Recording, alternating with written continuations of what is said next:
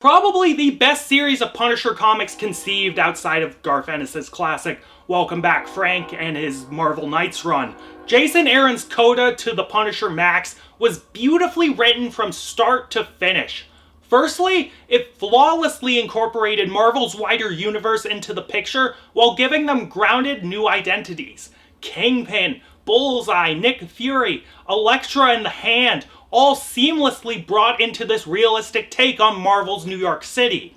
It's honestly surprising that Ennis never could do that with PunisherMAX, even though he could do it during the Marvel Knights run. Secondly, Jason Aaron wrote a satisfying and bleak end befitting my favorite comic book character. Frank Castle was a veteran who was broken by war. He could not function after Vietnam.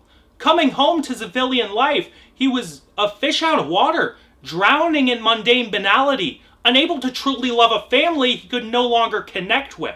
During that fateful day in the park, he was going to leave his family, presumably to work for Nick Fury. But when a mother and two children died, Frank found his endless war. The Punisher was allowed to rise out from him, and he felt alive again.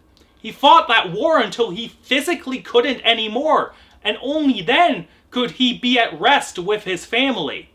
At the end, the question of what that skull meant to people is pondered.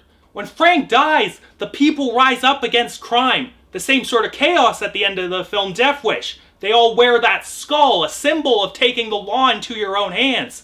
It's a chaos that will ravage a civilized population, but will vindicate a ruthless vigilante. "You got your eulogy after all," are the last lines uttered by Nick Fury, because in the end, that skull meant everything to New York. One of the biggest elements of why this series works is the artwork of the late Steve Dillon. Regular collaborator with Garth Ennis and regular Punisher artist, Dillon's style will always be my favorite for this character. Comic booky and animated, while retaining a sleekness and realism, it brings this story to life in such a vibrant manner.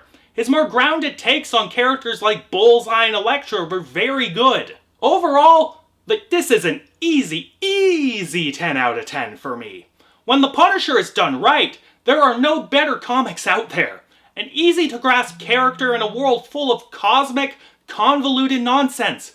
A grounded character in a world full of superheroes and gods and cosmic beings. This series is a prime example of why the Punisher is my favorite comic character, and you need to read this run.